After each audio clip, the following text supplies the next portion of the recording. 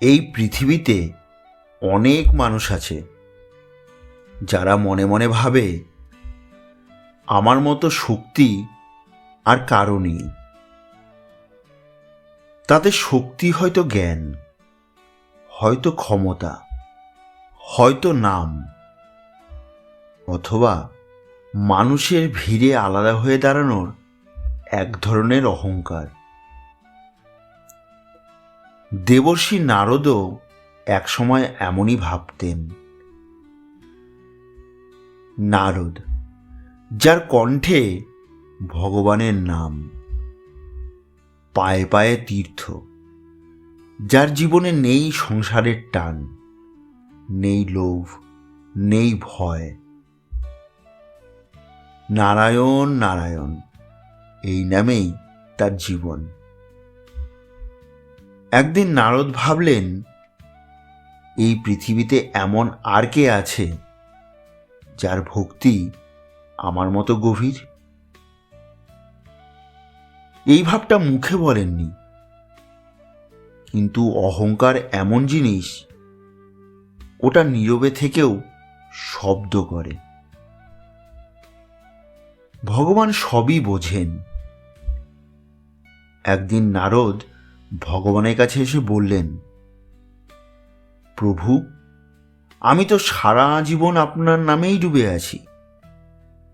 আমার মতো ভক্ত কি আর কেউ আছে জগতে? ভগবান মৃদু হেসে বললেন, নারদ, তুমি সত্যিই আমার ভক্ত, কিন্তু এই পৃথিবীতে এমন একজন ভক্ত আছে যার ভক্তি তোমার থেকেও গভীর। নারদ একটু থমকে গেলেন। আমি ছাড়া আর কে? ভগবান বললেন, চলো আজ তোমাকে তার সাথে পরিচয় করিয়ে দিই। দুজনে পৌঁছে গেলেন এক সাধারণ গ্রামে। না কোনো মন্দির, না কোনো আশ্রম, না ধূপের গন্ধ, না শঙ্খের কোনো আওয়াজ। সেখানে একজন মানুষ দিনভর কঠোর পরিশ্রম করে, মাঠে কাজ করে, ঘরে ফিরে আসে ক্লান্ত শরীরে। নারদ মনে মনে ভাবলেন, এ আবার কেমন ভক্ত? সেই মানুষটা খাওয়ার আগে শুধু একবার বলে, হে ভগবান। কাজে বিপদ এলে বলে, ভগবান আপনিই দেখবেন। ঘুমোবার আগে বলে, আপনি না থাকলে আমি কিছুই নই। এর বাইরে আর কিছু না, না জপ, না তপস্যা, না গান, না উপবাস। নারদ আর থাকতে পারলেন না। তিনি বললেন, প্রভু, এ তো আপনার নামই ঠিক করে নেয় না। ভগবান শান্তভাবে বললেন, নারদ, সে আমাকে ভোলে না। নীরব ভক্তি দিনের পর দিন নারদ লক্ষ্য করতে লাগলেন। লোকটা যখন হাসে সেখানে কৃতজ্ঞতা আছে, যখন কাঁদে সেখানে অভিযোগ নেই, যখন সব ঠিক থাকে সে ভগবানকে মনে রাখে, যখন সব ভেঙে পড়ে তখনও ভগবানকেই ধরে রাখে। সে কখনো বলে না আমি ভক্ত,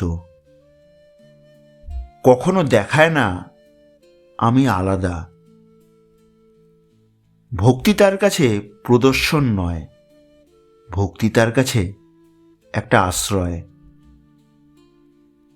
একদিন গভীর রাতে নারদ ভগবানকে জিজ্ঞেস করলেন, প্রভু, এর ভক্তি কোথায়? আমি তো কিছুই দেখতে পাচ্ছি না। ভগবান বললেন, ভক্তি চোখে দেখা যায় না নারদ, ভক্তি থাকে বিশ্বাসে। নারদের উপলব্ধি সেই রাতেই নারদের চোখে জল এলো। তিনি বুঝলেন তিনি ভক্ত ছিলেন, কিন্তু কোথাও যেন নিজের ভক্তিতেই নিজেকে বড় ভাবছিলেন। আর এই মানুষটা নিজেকে কিছুই ভাবেনি। ভগবান বললেন, নারদ, যেদিন ভক্তি থেকে আমি চলে যাই সেদিনই ভক্তি পূর্ণ হয়। নারদ মাথা নত করলেন। নারায়ণ নাম আজও তার কণ্ঠে, কিন্তু আজ সেই নামে আর অহংকার নেই। এই গল্প আমাদের শেখায় ভগবান তাদের কাছেই থাকেন যারা নিঃশব্দে বিশ্বাস রাখে। সবাইকে দেখিয়ে ভক্ত হওয়া সহজ, নিজেকে ভেঙে ভক্ত হওয়াটাই আসল। আজ যদি এই গল্প তোমার মনে একটু নাড়া দেয়, তাহলে বুঝবে এই শিক্ষা শুধু নারদের জন্য নয়, আমাদের সবার জন্য। এই গল্পটা ভালো লাগলে একটা লাভ চিহ্ন দিও, আর কমেন্টে লেখো এই গল্প থেকে তুমি কি শিখলে।